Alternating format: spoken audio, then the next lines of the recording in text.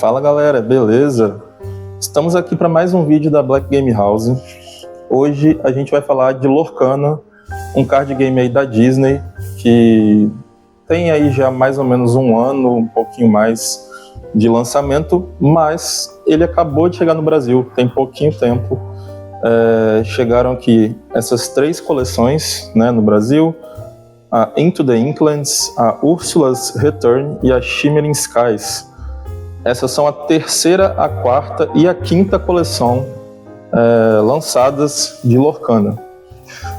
A gente veio aqui gravar esse vídeo para tentar fazer um tutorial para vocês de como que joga esse jogo, como ele funciona,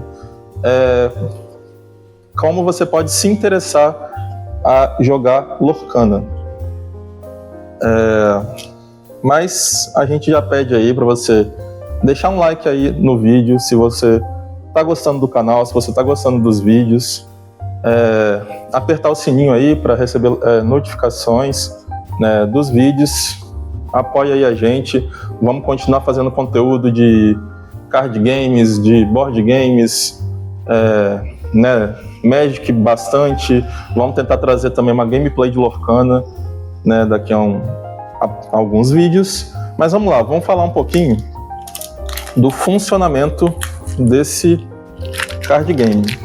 Lorcana foi dividida em 6 cores, né?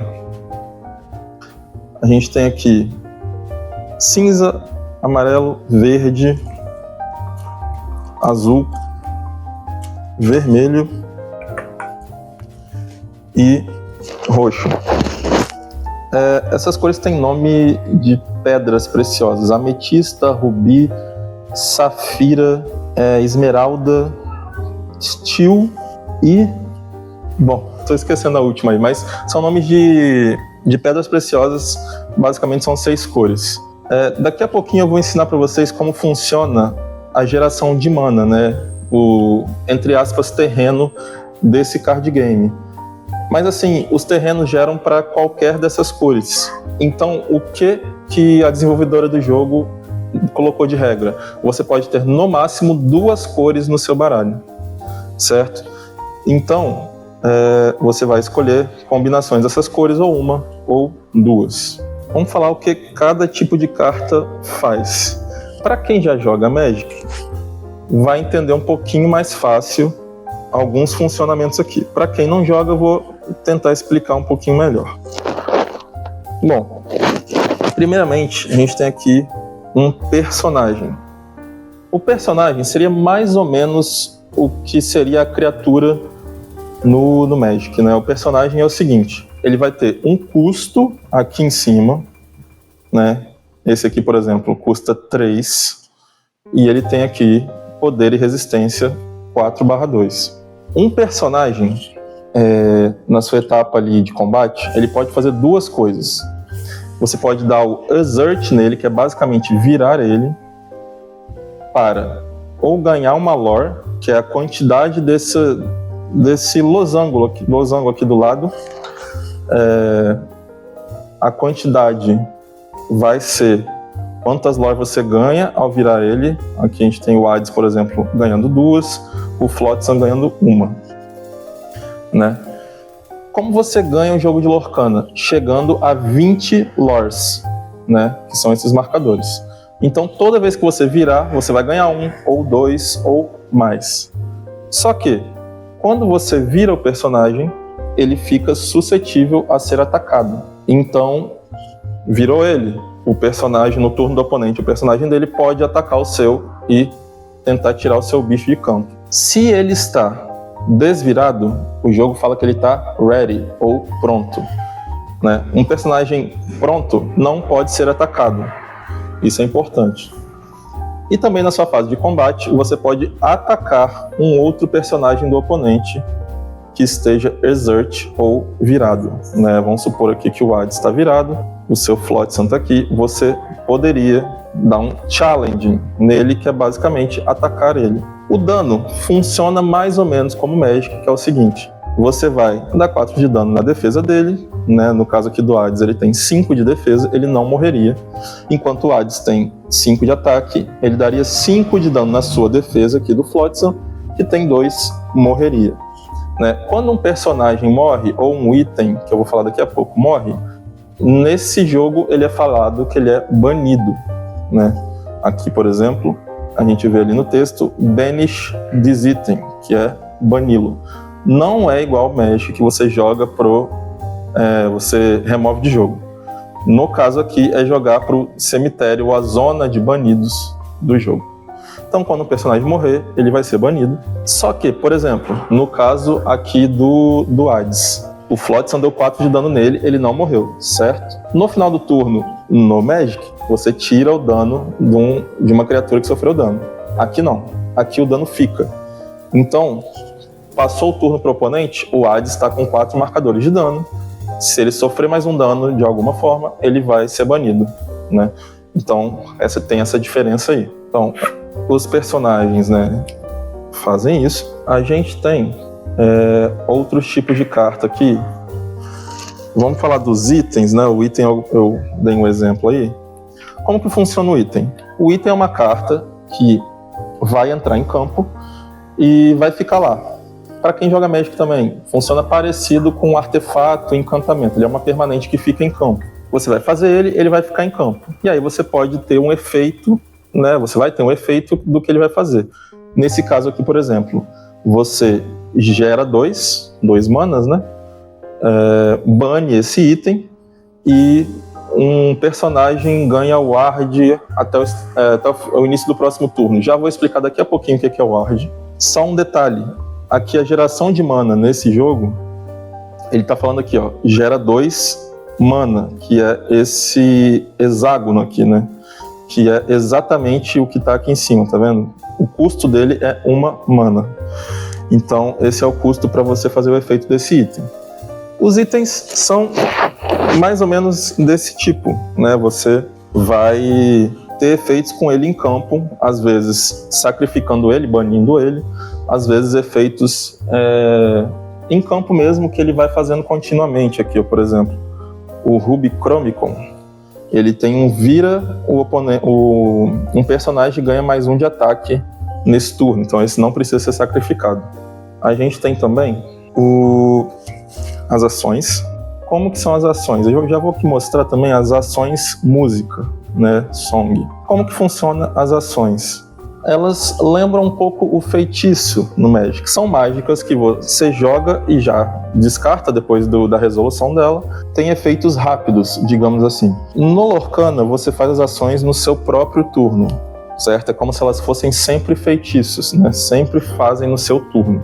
A gente tem aqui a Hypnotic Deduction, por exemplo, que você gera 2 manas, você compra 3 cartas e coloca 2 cartas na sua mão, no topo do seu deck, né, do seu baralho, em qualquer ordem. E aí a diferença delas para as ações música é o seguinte: quando você faz uma música, se você tem um personagem que custa o custo daquela música ou mais, você pode virar ele, ou seja, você dá exert nele para jogar essa música de graça, né? No caso dessa I'll Find My Way aqui, ela custa 1, então você pode virar um personagem que custa 1 ou mais para jogá-la de graça. Ou você joga ela como uma ação, pagando seu custo. Né? Nesse caso aqui, um personagem ganha mais 2 de ataque nesse turno, depois você pode mover ele para uma localização de graça. Vamos pegar o gancho aqui e falar sobre localização. Localização são cartas que não foram lançadas desde o início do jogo, elas foram lançadas nas coleções seguintes, que elas têm o seguinte efeito: custo, né, para baixar de mana. Elas têm uma resistência, assim como as criaturas, né? As criaturas têm aqui a própria resistência. As localizações têm só resistência. A regra das localizações ela sempre vai estar exert ou virada, ou seja, sempre vai estar suscetível a ataques. Então, se como eu dei um exemplo aqui, o Hades atacou ela, 5 de dano nela, ela vai ser banida, ela morre. Esse custo aqui vai ser o custo para você colocar uma criatura ou um personagem nessa localização. Essa aqui é 0. Então, você pode colocar personagens nessa localização. Fernando, mas por que você quer fazer isso? Vários personagens têm efeitos de quando ele está numa localização, ele tem algum efeito extra, ou ele fica mais forte, enfim, coisas desse tipo, certo? Além disso, as localizações têm seu efeito próprio. Uma vez por turno, essa aqui, por exemplo, você pode virar um personagem que está aqui na localização, dar 1 de dano nele mesmo, para mover ele para uma outra localização de graça. Algumas localizações, elas têm aqui do ladinho dela, nesse caso aqui essa não tem, mas marcadores de lore também, aqui do lado. Quando essas localizações têm esse marcador de lore, no início do seu turno você ganha aquela lore. Então as localizações funcionam assim. A gente tem algumas cartas que interagem, né, com as localizações. Essa ação aqui, por exemplo, ela dá 2 de dano num personagem ou numa localização alvo, né? Seria o dano aqui na resistência dela. Para terminar, algo bem importante aqui para o funcionamento do jogo, que é como funciona a mana do jogo. Então a gente tem aqui a geração de mana do jogo. Mas você vai me perguntar, mas essa carta aí que você está me mostrando é a carta, né? É a parte de trás de uma carta de Lorcana. O que está acontecendo? Bom, como funciona a forma de você baixar terrenos, entre aspas, né? Forma de gerar mana aqui em Lorcana. Você, no topo das suas cartas, você vai ter aqui, né? Quanto de mana gasto para conjurar elas, né? Aqui no caso 4 ou 5. Esse não é o que importa agora.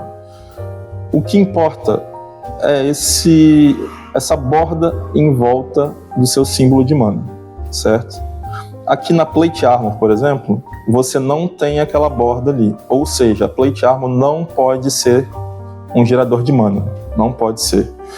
O Rei, ele pode, porque ele tem essa borda dourada aqui em volta. Como que você vai baixar as suas manas? Você começa o jogo de Lorcana com 7 cartas na mão. 1, 2, 3, 4, 5, 6, 7. Tá aqui, ó. Você tem 7 cartas na mão no início do seu jogo. Uma vez por turno, você pode baixar um terreno, assim como no Magic. Só que como você vai fazer? Apenas as cartas com o entorno dourado podem ser terrenos. Então eu quero que o Rei seja o meu terreno do turno. Você vai baixar ele em campo, mostrar para o seu oponente e virar ele. A partir desse momento, ele pode gerar mana. Passou seu turno, voltou para o seu turno, você compra a sua carta do turno, olha a sua mão, você quer fazer o Mickey Mouse como terreno, você mostra para o oponente, vira, baixa seu segundo terreno. Como você vai conjurar as suas mágicas? Vamos supor, seu terceiro turno, você mostrou aqui The Queen e fez seu terceiro terreno. Você vira eles, assim como no Magic, e baixa o Flotsam, que é uma criatura que custa, um personagem que custa 3. É assim que você gera mana nesse jogo. Essa zona de terrenos no jogo é chamada de Inkwell, certo? É sua zona de tintas, que é como é chamada a mana nesse jogo. Então, quando uma carta se referenciar o seu Inkwell, ela está falando das suas manas aqui de baixo. Como você desvira elas também no início do seu turno ou na sua fase de manutenção, para quem conhece, você tem sua fase de desvirar. Você desvira seus terrenos e também desvira as criaturas que estão exert, né? Se você passou o turno, sua criatura está exert, ela sobreviveu, voltou para você, ela também desvira no início do seu turno. Aí a gente tem alguns efeitos específicos no jogo que é importante serem pontuados. Como a gente falou, tem banimento de cartas, que é jogá-las para o cemitério. A gente tem aqui, por exemplo, o Panic. Ele tem a geração de lore, aqui do lado ele ganha 2 lore. Ele tem Exert, que é virar ele. E ele tem uma coisa importante, que você pode perceber aqui, ó. O tipo dele é um Storyboard Ally, ou aliado. Então, os personagens têm tipo e podem ser referenciados num texto aqui. Por exemplo, aqui no Panic, se você tem um personagem chamado Pen, que é o nome de personagem aqui em jogo, todos os seus vilões não podem ser challenge ou atacados, né? Vilão é um tipo também de personagem que vai aparecer aqui. Os personagens têm habilidades estáticas deles. Aqui o Bruni, por exemplo, ele tem evasive ou evasivo. Apenas personagens com evasivo podem atacar este personagem. Então é uma espécie de proteção aí que alguns personagens têm. Nós temos aqui também o Don Carnage, né, que é evasivo, e a gente pode ver aqui, ó, vários tipos que ele tem. Ele é um Dreamborn, um vilão, príncipe e pirata, certo? A gente tem aqui, por exemplo, a Belle, uma outra Belle. Por que é importante a gente mostrar as duas Belles aqui? A Belle de 5 de custo aqui, ela tem uma habilidade chamada Shift, que é o seguinte: você pode pagar 3 manas para jogar essa carta e colocá-la no topo de um outro personagem chamado Belle. Então você vai castar ela, a Belle vai virar essa Belle aqui maior, certo? Pelo custo de Shift. A gente tem aqui o Hades, que eu já tinha mostrado, ele tem uma interação com Titãs, né, que é um tipo de personagem. A gente tem aqui, por exemplo, o Goofy, né, e o Shenpo. O Goofy fala o seguinte: quando você joga um personagem como bodyguard, você dá ready nesse personagem aqui. O que é ready? Se ele está desvirado, ou se ele está virado, ou exert, ele vai desvirar e ficar ready, ou pronto. E como funciona o bodyguard? O bodyguard, ele entra em jogo já exert, ou virado, e um personagem de um oponente que quiser atacar, ele é obrigado a escolher um personagem seu que tenha bodyguard primeiro para ser atacado. É uma espécie de barreira para proteger seus outros personagens. A gente tem aqui a Namari, que ela tem a habilidade de Resist. Como funciona a habilidade de Resist? Essa aqui é Resist 3. Então, dano causado a esse personagem é reduzido em 3. Num ataque ou numa ação que um oponente fizer para causar dano nela, vai causar 3 a menos. A gente tem aqui esse Mickey, que tem a habilidade de suporte.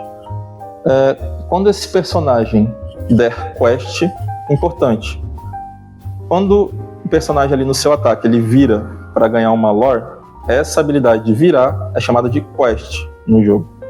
Então, quando esse personagem der quest, virar para ganhar 1 de lore que ele tem, você pode adicionar o ataque dele a um outro personagem seu neste turno. Então, por exemplo, quando você tiver aqui a Namari em campo, ela é 5/5. Você escolhe virar o Mickey para ganhar 1 de lore. Ele nesse turno pode dar 2 de ataque dele para Namari e ela fica com 7 de ataque. Aqui, né, nós temos também o Challenge. Challenge é uma habilidade simples. Quando esse personagem estiver dando challenge ou atacando, né, no caso, ele ganha mais 2. Normalmente o challenge dos personagens são os ataques dele. Então o Jetson aqui ele é 2/4, mas quando ele está atacando ele vira um 4/4. Aqui essa ação, ela dá uma habilidade para uma criatura que é chamada de Rush.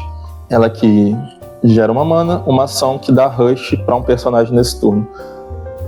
O que acontece?